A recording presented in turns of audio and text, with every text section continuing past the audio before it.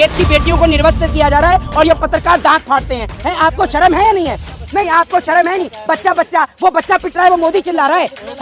अरे सुनो, अगर आप में दम है ना तो यहाँ खड़े होकर बात करो, तब आपको बताऊं कि देश की इकोनॉमिकल कंडीशन क्या है। आपको पता है देश की जीडीपी कितनी है? इधर आके बताओ भाई। अरे बताओ देश कितना है? आप देखिए, सुधीर चौधरी का सपोर्ट कर रहे हैं ना, आप मानते हैं कि मोदी मीडिया, आप मानते हैं विकास हो रहा है, बड़ा ही बेवकूफ आदमी है, दिमाग मानसिक संतुलन खराब है? वो इनकी पार्टी का नेता प्लेटफॉर्म के ऊपर वो अपनी गाड़ी को लेकर जा रहा है, आपको नजर नहीं आता? आंख से अंधे हैं आप? एक गलत करेगा, अभी वो महिला टीचर ने पीटा है, बताइए ना। इनकी पार्टी का एमएलए कुलदीप सिंह सेंगर वो बलात्कारी था, बता तो दीजिए मुझे। कौन सी जेल में है भैया? 24 घंटे हिंदू मुसलमान देखने से फुर्सत है आपको? अपने खाते में पेटीएम लेने से फुर्सत है सरकार से? देश में मोदी चल रहा है, मोदी देश में मोदी चल रहा है? कहाँ घूम के आए हो आप जो देश में मोदी चल रहा है? बताओ ना आप मुझे। अरे मेरी बात तो सुन लो मेरा भाई। योगी जी की लोकप्रियता आसमान छू रही है। आसमान छू रही है? आप आसमान तक होके आ गए? चांद तक पहुंच गए ना हम लोग, चांद तक पहुंचे हैं। तो चांद तक किसकी वजह से पहुंचे हैं? प्रधानमंत्री की वजह से कैसे पहुंचे? मोदी ही चलेगा। अच्छा कैसे चले गए तो बता दीजिए मुझे। देश में महिलाओं को निर्वस्त्र कर घुमाया जा रहा है, अगर वो महिला तुम्हारे परिवार की होती तुम मोदी को वोट देते हैं? बताओ ना मुझे भाई। सर्वे कह रहा है, सर्वे को तो कल को ये कहेगा कि ये जो गोबर नहीं च्यवनप्राश से चाट लो तो चाट लोगे? बताओ ना आप मुझे। सर्वे कह रहा है, किस सर्वे पे यकीन करते हो? सर्वे वाले भाजपा के हाथों बिक चुके हैं। किसी पत्रकार में दम है तो भाजपा के खिलाफ दिखाए। जो पत्रकार भाजपा के खिलाफ दिखाता है उसको उठाकर जेल में बंद कर दिया जाता है या मुकदमे दर्ज होते हैं, चैनल से निकाल दिया जाता है। स्मृति ईरानी, चुप रहा भाई, मेरी बात सुन ले पहले मेरी बात। स्मृति ईरानी खुलेआम एक पत्रकार को धमका रही हैं, देखा नहीं आपने उनके कमेटी में? स्मृति ईरानी, अरे सुनो, स्मृति ईरानी, सुधीर चौधरी उनसे पूछ लेते हैं कि जब टमाटर के दाम बढ़े तो आपके घर में टमाटर पर चर्चा हुई होगी, तो स्मृति ईरानी जवाब देती है सुधीर चौधरी को कि अगर मैं आपसे जेल के बारे में पूछूं फिर? और अगर भाई पत्रकार हम जैसा कोई व्यक्ति होता ना तो स्मृति ईरानी को जवाब देता कि अगर आपको जेल के बारे में ही जानना है तो सबसे पहले आप देश के गृह मंत्री से जानिए, वो भी तो जेल के दर्शन करके आए हैं। तो जैसा दर्शन उनको लगा वैसा ही दर्शन सुधीर चौधरी को लगा, क्योंकि वो भी तरीपार थे और वो भी तरीपार थे, तो दोनों एक जैसे हैं ना। और स्मृति ईरानी वो स्मृति ईरानी है जब गुजरात दंगा हुआ तो ये कहती हैं कि मोदी जी को मुख्यमंत्री पद से हटा दिया जाना चाहिए, नहीं तो मैं वाजपेयी जी की मूर्ति के सामने धरना प्रदर्शन करूंगी। अब आप देख लीजिए, उन्हीं की पार्टी से सांसद बन के बैठी हैं, तो भाजपा की बात का और गधे की रात का कोई भरोसा नहीं है। अलर्ट होने की जरूरत है। मैं आपसे एक बात पूछ रहा हूँ। अच्छा, मोदी के टक्कर में कोई नहीं है। एक बात मुझे बताओ, आप चाहते हो कि आपको मोदी जैसा जीजा मिले? बताओ ना मुझे। अरे उनकी छोड़ो, अपनी बताओ। आप चाहते हो आपको मोदी जैसा जीजा मिले? प्रधानमंत्री आप चाहते हो? अपनी बताओ। हम देश में नहीं रहते, हम विदेश में रहते हैं। 140 करोड़ जनता का तुमने ओपिनियन यहीं खड़े खड़े ले लिया? कह रहे हैं क्यों? कौन कह रहा है? ये बात सर्वे में क्यों रखते हो?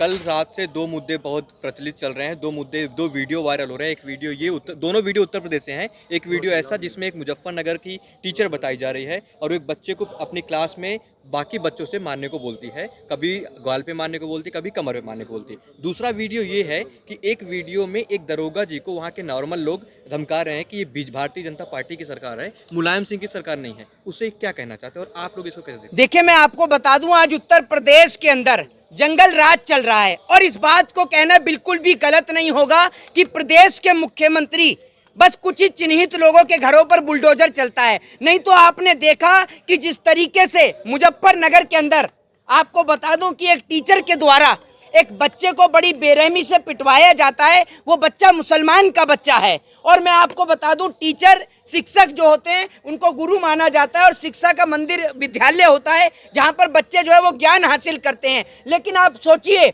कि किस तरीके से विद्यालयों के अंदर आज नफरत पैदा करी जा रही है। ये जो नफरत का बीज है ये आप समझिए उत्तर प्रदेश से पैदा हो रहा है। उत्तर प्रदेश के अंदर 24 घंटे हिंदू मुस्लिम मंदिर मस्जिद चर्च गुरुद्वारा बस इन्हीं पे चर्चा होती है। उत्तर प्रदेश के जो स्कूल हैं वहां पर भी आपने देखा किस तरीके से एक टीचर के द्वारा एक बच्चे को बड़ी बेरहमी के साथ पिटवाया जाता है। और उसके बाद होता क्या है सुनिए, वो जो टीचर जो बच्चा जो है उसके पिताजी स्कूल से नाम कटवा लेते हैं। आप सोच कर देखिए, एक तो पिटाई हुई उनके बच्चे की और नाम भी वही कटवा रहे हैं अपने बच्चे का।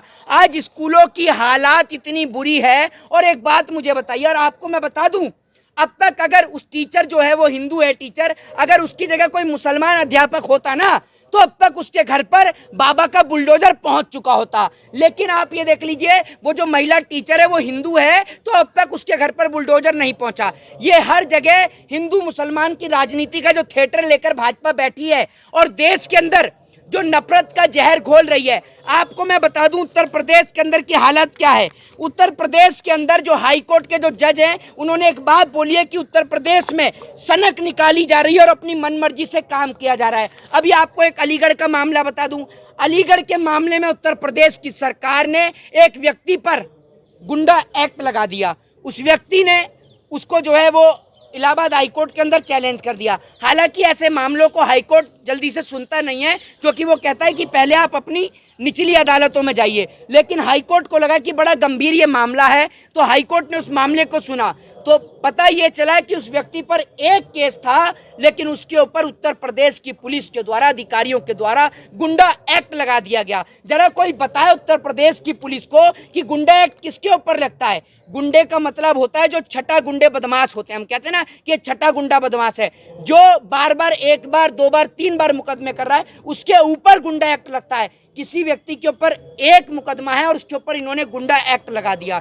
इसके बाद मैं आपको बता दूं कि एक पत्रकार जिन्होंने खबर छापी कि जो किताबें हैं, आपको मैं बता दूं स्कूल में तो नफरत ही फैलाई जाएगी, क्योंकि उत्तर प्रदेश में किताबें तो कबाड़ी की दुकान पे बिक रही हैं। 2023 का नया सेमेस्टर, एक पत्रकार ने खबर छापी कि वीडियो बनाई उसने और उसने देखा कि रस्सियां बंधी हुई, रस्सियां भी नहीं खुली थी किताबों की, और वो जो किताबें वो कबाड़ी की दुकान पर बिक रही थी। सरकारी किताबें जो बच्चों को स्कूल से मिलती है ना, वो किताबें बिक रही थी। तो उस पत्रकार ने खबर छापी और मैं आपको बता दूं कि खबर छापना उसको इतना वायरल हो गया कि वीडियो वायरल हो गई और उसके ऊपर यूपी की पुलिस के द्वारा जो है वो मुकदमा लगा दिया गया। एक पत्रकार थे पवन जायसवाल ने एक खबर छापी कि उत्तर प्रदेश के अंदर जो बच्चे हैं वो नमक से रोटी खा रहे हैं, उनके पास सब्जी नहीं है। तो ये हालात है उत्तर प्रदेश की। उत्तर प्रदेश के अंदर एक अस्पताल के बाहर एक गर्भवती महिला ने बच्चे को जन्म दिया।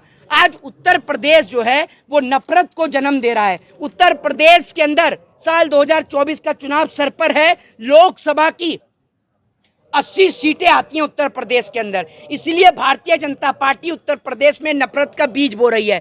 नफरत का बीज बोने के लिए देश की गोदी मीडिया को गोद ले लिया गया है, उनको पहले ही खर्चा दे दिया गया है। पेटीएम, फोन पे के जरिए, कैश के जरिए, जैसे भी कर उनका जमीर खरीद लिया गया है। देश की गोदी मीडिया भाड़े पर काम करती है, जो सरकार इनको पैसा दे दे उसके भाड़े पर ये चल देती है। ये इतनी बिकाऊ मीडिया है। तो ये 24 घंटे मंदिर और मस्जिद का मुद्दा चलाती है, हिंदू मुसलमान का मुद्दा चलाती है और हिंदू राष्ट्र का मुद्दा चलाती है। मैं इनसे पूछना चाहता हूं कि केंद्र में भाजपा की सरकार है, 9 साल से ज्यादा हो गए, क्यों नहीं बना लेते आप हिंदू राष्ट्र?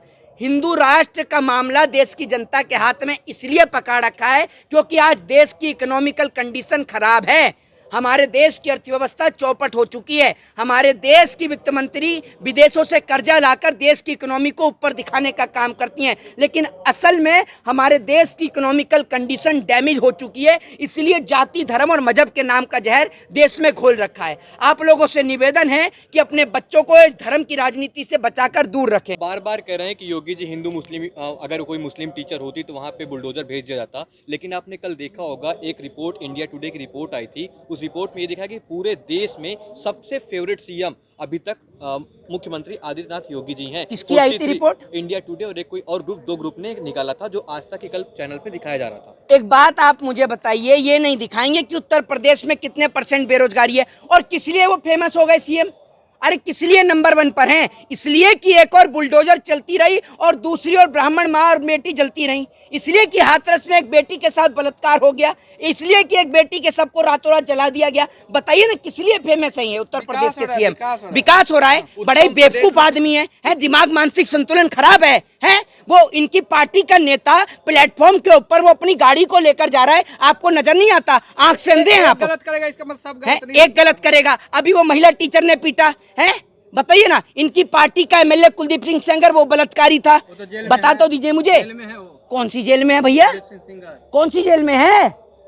अरे बता तो दे भैया, कौन सी जेल में, हम भी जान लें। घर से पढ़ भी लिया करो या पढ़ते नहीं हो घर से? मिल गई तब हो गई होंगी ना। अरे किसी के, अरे मेरी बात सुन लो, भाजपा की सरकार में भाजपा के एक नेता का नाम बताओ जिसको सजा हुई हो। सबको तो क्लीन चिट मिल गई। एक बात आप मुझे बताओ, साध्वी प्रज्ञा ठाकुर जिनके ऊपर मालेगांव बम ब्लास्ट का आरोप लगा, वो क्लीन चिट, गृह मंत्री वो क्लीन चिट, प्रधानमंत्री वो क्लीन चिट। अरे भाजपा के एक नेता का तो नाम बता दो जिसको क्लीन चिट ना मिली हो। हैं? वोट पे भी विश्वास नहीं है आपको? अरे वोट पर भगवान करे तुम नहीं, कोर्ट पर। अरे भैया कोर्ट, हमने तो देखा है कि फैसले सुनाने वालों को राज्यसभा भेज दी गई। और मोदी से आप इतना ही प्यार करते हो तो आप चाहते हो कि आपको कोई मोदी, आपके घर में कोई मोदी जैसा व्यक्ति हो? बताओ ना। अपने प्रोग्राम में अरे भैया तुम मोदी जी का बहुत बड़ा सपोर्टर है, मुझे ये बताओ। कांग्रेस को अलर्ट होने की जरूरत है। मैं आपसे एक बात पूछ रहा हूँ। अच्छा, सावधान होने की जरूरत है। मोदी के टक्कर में कोई नहीं है। एक बात मुझे बताओ, आप चाहते हो कि आपको मोदी जैसा जीजा मिले? बताओ ना मुझे। अरे उनकी छोड़ो, अपनी बताओ।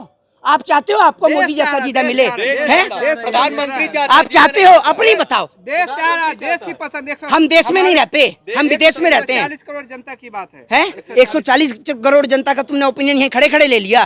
कह रहे हैं, कह रहे हैं। क्यों, कौन कह रहा है ये बात? सर्वे में यकीन रखते हो कि नहीं? अरे है, मैं कह रहा हूँ आपसे, नहीं मैं आपसे ये कह रहा हूँ, सुन तो लो, मैं आप हैं, अरे मैं आपसे ये कह रहा हूँ, एक बात आप मुझे बताओ कि आप चाहोगे कि आपके घर में कोई मोदी जैसा बेटा हो? आप चाहते हो क्या? अरे भाई तू चाहता है क्या? इधर आके मेरे अपने चेहरा दिखाना। ये जो दांत फाड़ रहा है, देश की बेटियों को निर्वस्त्र किया जा रहा है और ये पत्रकार दांत फाड़ते हैं। आपको शर्म है या नहीं है? नहीं आपको शर्म है नहीं? बच्चा वो बच्चा पिट रहा है, वो मोदी चिल्ला रहा है?